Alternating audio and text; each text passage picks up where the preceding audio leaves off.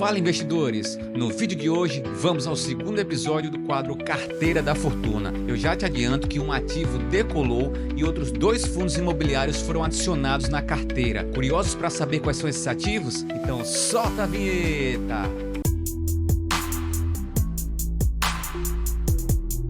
Como eu mencionei no episódio anterior, você pode acompanhar a evolução dessa carteira pelo site Investidor 10 no link que eu deixei na descrição do vídeo. Então já se inscreve no canal e ativa o sininho para não perder nenhuma atualização. Antes de apresentar a carteira atualizada, a gente precisa entender o cenário econômico no Brasil e no mundo que impacta diretamente os nossos investimentos. O mês de março foi um mês bastante agitado para a economia, afetando as bolsas ao redor do mundo. No Brasil, o Banco Central aumentou a Selic em 1 ponto percentual, levando a taxa básica de juros a 14,25% ao ano. A última vez que isso aconteceu foi no governo Dilma, em julho de 2015. Mas Daniel, por que o malvadão do Banco Central fez isso? Ora, simples, uma inflação teimosa. Ela atingiu 5,06% nos últimos 12 meses. Mas o que mais chamou a atenção foi que, na próxima reunião, o ritmo de aumento da Selic pode desacelerar. E por falar em inflação, o Boletim Focus, que divulga as expectativas do mercado,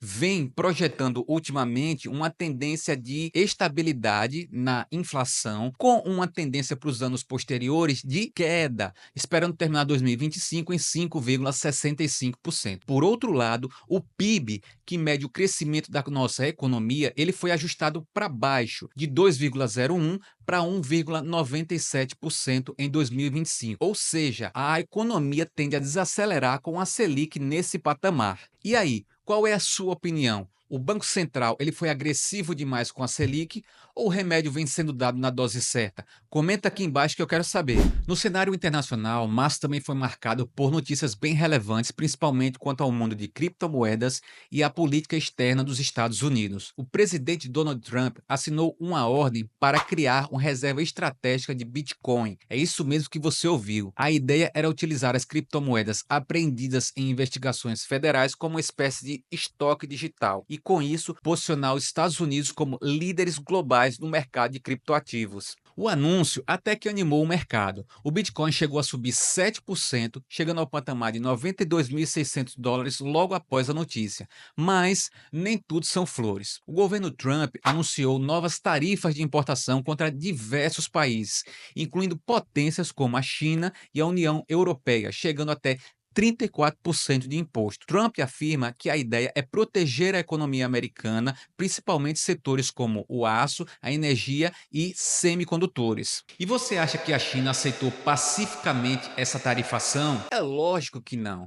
Como forma de retaliação, ela também anunciou o mesmo patamar tarifário de 34% para produtos importados dos Estados Unidos. Qual foi o resultado? As bolsas de todo mundo despencaram. No Brasil, o Ibovespa chegou a fechar em quase 3% de queda na última sexta-feira, enquanto que nos Estados Unidos, os índices como o S&P 500, o Dow Jones e o Nasdaq fecharam em queda de quase 6% cada um. E aí, você acredita que essas novas tarifas dos Estados Unidos vão se manter por muito tempo ou é só mais uma jogada política para barganhar? Deixa aqui nos comentários sua opinião. Agora vamos ao que interessa. Eu vou mostrar para você onde eu investi os R$ 1.000 reservados para os aportes do mês de abril. Vamos lá? Bem, galera, aqui no site do Investidor 10, a gente pode ver como é que está dividida a nossa carteira, né? Então, nós temos aqui 35,58% no Tesouro Direto, aproximadamente 25% em FIIs, 25% aproximadamente em ações, quase 8% em ETFs, quase 5% em renda fixa, fora o Tesouro Direto, né? 1,74% em criptoativos, tá? Então, está aqui a nossa divisão da carteira global que temos para a carteira da fortuna, tá? Aqui as classes de ativos, a gente vê nas ações nosso percentual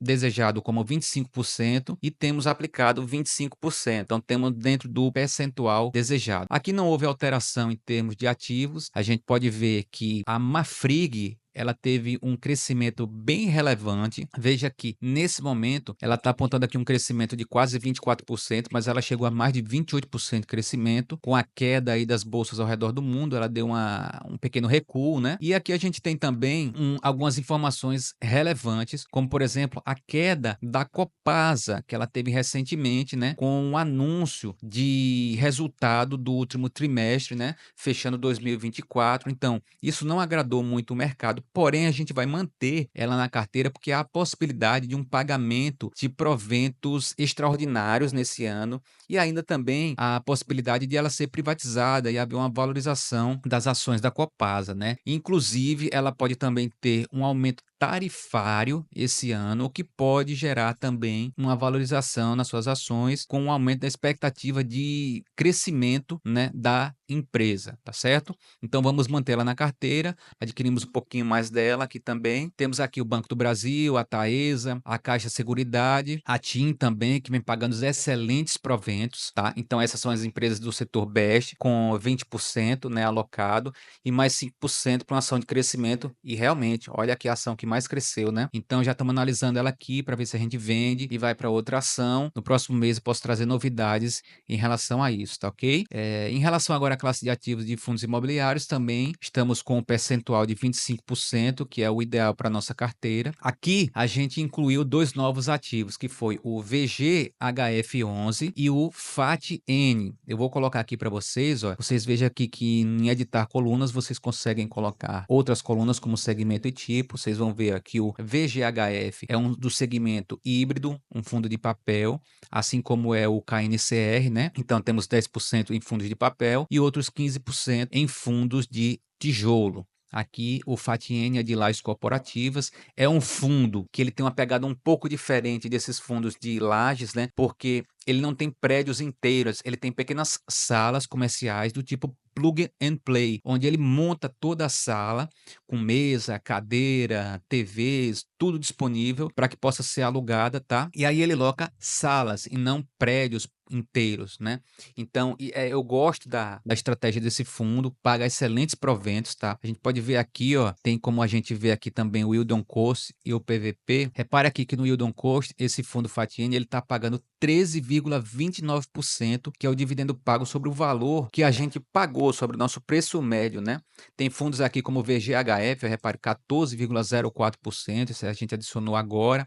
Ele também tem uma pegada um pouquinho diferente do KNCR em termos de papel, porque ele está mais ou menos 55% em CRIs alocados, indexados ao IPCA, diferente do KNCR que tem 90% mais ou menos de papel alocado em indexação ao CDI. A gente consegue fazer essa diversificação aqui, compondo com fundos de shopping, de logística, como o GGRC e o GARI, que é um fundo híbrido. Partindo para as criptomoedas, nós também aproveitamos essa queda recente do Bitcoin, fizemos um aporte também, mantendo o nosso percentual próximo do ideal de 2%. Com a queda, ele deu um recuozinho aqui na carteira, mas a gente está aguardando para um momento de subida, quando essas tensões passarem, a gente vê uma evolução nos criptoativos, assim como nos ETFs também. Observe aqui, ó, que essas são as duas principais classes que tiveram queda, as outras tudo com ganho, enquanto essa teve queda de 10,8% e 11,20% com essas novas tarifas do governo Trump. Então, isso abalou os mercados globais. Veja aqui que o ETF do Nasdaq e do S&P 500, eles sofreram bastante. O Nasdaq das ações de tecnologia sofreu ainda mais, né? Observe uma variação de 3,11%, enquanto o S&P 9,01%. Então a ideia é ir comprando um pouquinho todo mês, aproveitando também esses momentos de baixa, para que a gente reduza o nosso preço médio e no futuro, quando esses índices vierem se recuperar, esses ETFs também vão se recuperar. E aí a nossa carteira vai ter um up bem significativo, né? Essa é a nossa expectativa, mantendo aqui o percentual de 8% que definimos para a carteira, nesse caso de ETFs. No Tesouro Direto, a gente fez mais aquisição de mais um pouquinho de Tesouro IPCA para proteger o nosso patrimônio da inflação ao longo do tempo, né? Daqui a 20 anos é o título, né? O vencimento dele, 2045. E o Tesouro Selic aumentando um pouquinho a nossa reserva de emergência. Observe aqui as rentabilidades positivas, variação positiva para esses ativos, tá? Em termos de renda fixa, a gente manteve o percentual aqui aplicado, não compramos nenhum título, Observe que a gente tem em renda fixa, somando Tesouro Direto e renda fixa, os 40% que determinamos para a carteira, porém agora o Tesouro Direto está com um pouquinho mais de alocação, 36%, enquanto a renda fixa está com 5%. Próximo mês a gente vai aproveitar para rebalancear essa classe de ativos aqui, adquirindo algum produto da renda fixa, um CDB, um LCI, um LCA de um banco médio, para aproveitar taxas bem interessantes nesse mercado e a gente poder rebalancear essa classe de ativo aqui de renda fixa, tá ok? A gente pode ver aqui que os proventos recebidos da carteira, a gente tem em março R$ 2,34, R$ 2,34, né? E em abril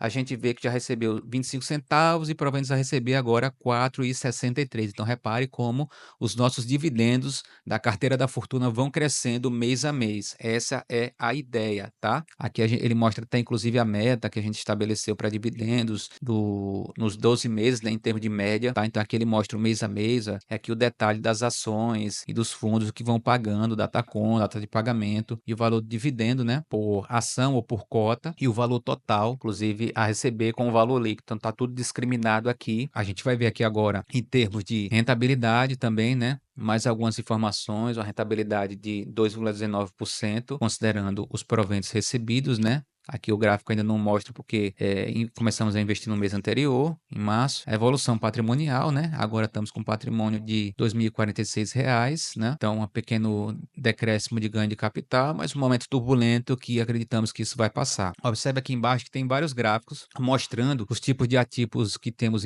aqui investidos, né? Tesouro Direto, renda fixa, FIIs, ETFs, criptos e ações. Essas são as classes principais de ativos que a gente investe. Aqui nas ações ele mostra os ativos, percentual de cada um. Aqui você vê também os FIIs, as criptomoedas, né? Então, assim, cada classe de ativo, ele apresenta aqui o gráfico. Isso aqui é bacana para a gente ver como é que está a nossa distribuição, né? Em termos de tesouro direto também e da renda fixa, tá? E aqui a gente pode ver também as metas que a gente definiu para nossa carteira em termos de patrimônio, 10 mil ao final do ano e média de proventos de R$ 30 por mês, né? Mensal, nos últimos 12 meses, né? Você pode definir essas metas. E aqui os lançamentos que a gente fez com as compras, né, de cada um desses ativos nessa data aqui de 1º de abril. Você vai ver, ó, que daqui para cima foram todos os ativos que a gente comprou nesse mês. Então, essa aqui é um resumo da nossa carteira da fortuna, tá? Então, quem quiser acompanhar, tá no link aqui que eu deixei na descrição do vídeo para que você possa acompanhar a evolução dela mensalmente. Agora eu quero saber de você, o que foi que você achou dos novos ativos da carteira? Tem algum outro fundo de sua preferência? Comenta aqui, eu quero saber a sua opinião. E se você gostou do vídeo, curta